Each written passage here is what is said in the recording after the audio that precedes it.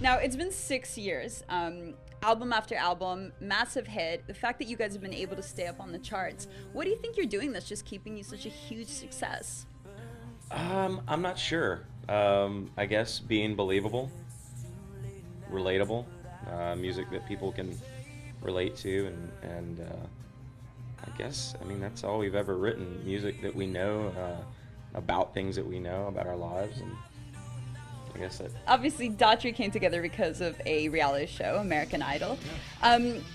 It obviously just shows how much the music industry has changed over the past few years. What kind of advice do you have for aspiring artists who want to break into the business? I mean, obviously, there seems to be no real formula for success these days. Well, be talented for one.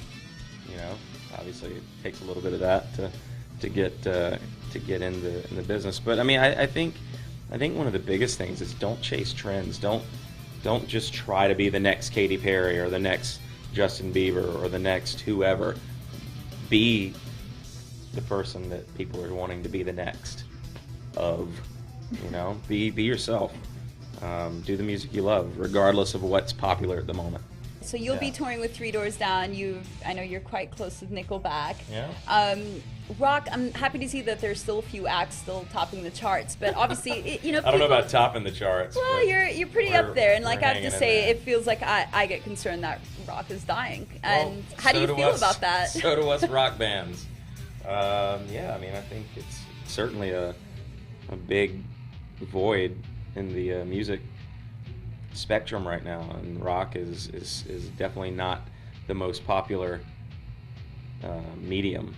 You've done a lot of collaborations with a lot of rock artists. Are you planning at all of tapping into the pop scene at all? Are you gonna avoid that altogether? It's not on my things to do list.